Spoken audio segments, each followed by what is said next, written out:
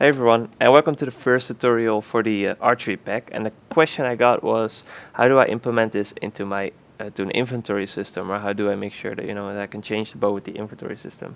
I would say that you wouldn't have to use this method of changing the bow because this does everything. It basically replaces the entire child actor. And why I'm doing that is because there's so many variables that can change the way that um, post-process effects work, aiming works, but those are all design decisions that you would make for your player.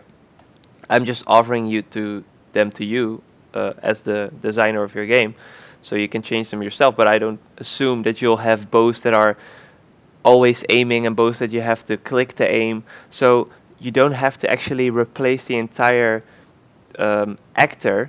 You can just replace the variables that are important to you. So, things like um, damage or maximum range or the projectile that it shoots. Those are all like logical changes to make. So you can really just change those and not have to go through the painful process of swapping out the entire child actor and making sure he stops aiming and stops doing all the particles and all that stuff. So I set up a very very basic inventory system. So when I press I, I'll have this thing. I can click it and then my bow will swap to one that does a lot more damage. And that's the example I'll use for this video. So usually you have if you have an inventory system, you have these slots. They fill up when you pick stuff up. You have to make sure to add a bow class to your pickup or your inventory slot actor, and make sure that it can go in there. Then you can do the rest as you would usually do any item for your inventory slot. Just set up the text, set up the info. And from the systems I've seen and I've used personally, you would only have to really use it on use. So you click in the inventory, you click it uses the item. Maybe it's not consumed, but it's still used. You're swapping out the bow, equipping. Like I said, really depends on what you're using. So you call that on use event, and then in that on use event you have to uh, maybe you're using an enum, so you do a switch on enum and then you add a new enum that says bow, and then it knows what logic to do for a bow. Maybe you're just gonna check, is it a valid class, because that's what I'll do here, because I'm keeping it really simple. So basically you need to find a place where you need to add the logic to replace some variables. So you need a variable for the bow class, and then on true we're gonna actually change those variables. So another thing you'll probably have is a reference to the character, especially if you're doing a multiplayer game. You'll probably use either the inventory item or the inventory that communicates this to the item that needs to be used, lets him know what player is using it, so that it works in multiplayer. Otherwise, it doesn't really matter. You can just get player character and get one. Cost to play character. So that's what I'm doing right now. So this is how it would be fine in single player, but in multiplayer you need to have a proper player character reference to make this work. So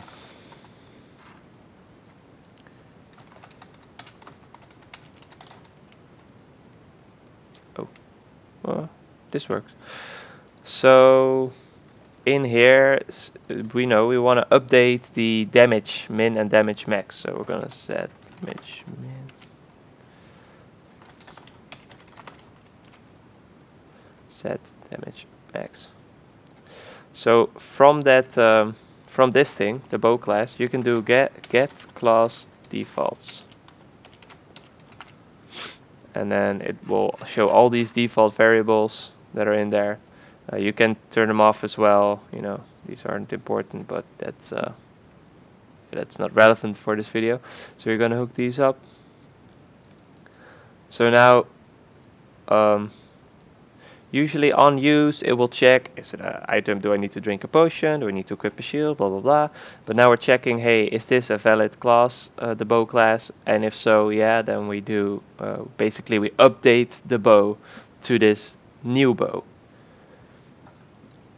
But instead of replacing the entire child, we're just doing some variables. And then maybe there's a part of the normal logic that you would still want to do. It really depends on the system you're using. So if I go in, I press I, let me find my mouse, I click it, and now instead of 115, I'll do 1500 damage. Or 900, you know, it's updated to prove that it wasn't like that already. It's like 132, 150. So, and then when I update, and now he doesn't have to unequip everything and go through that entire process, because he can just, we just updated some variables. Now in multiplayer, you want to make sure that it's updated either across all clients or just on the server.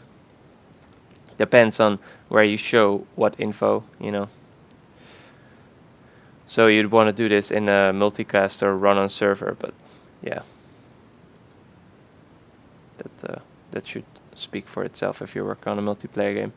Alright, yeah, a bit of a vague tutorial, but I hope it made sense to you, and I hope this sent you on the right path on how to add it to your inventory system. All you kind of have to do is make sure that you have a bow class to potentially loot, so set up those actors, child actors, whatever, and make sure that there's a class reference so you can get those variables, and then on use you can change those variables.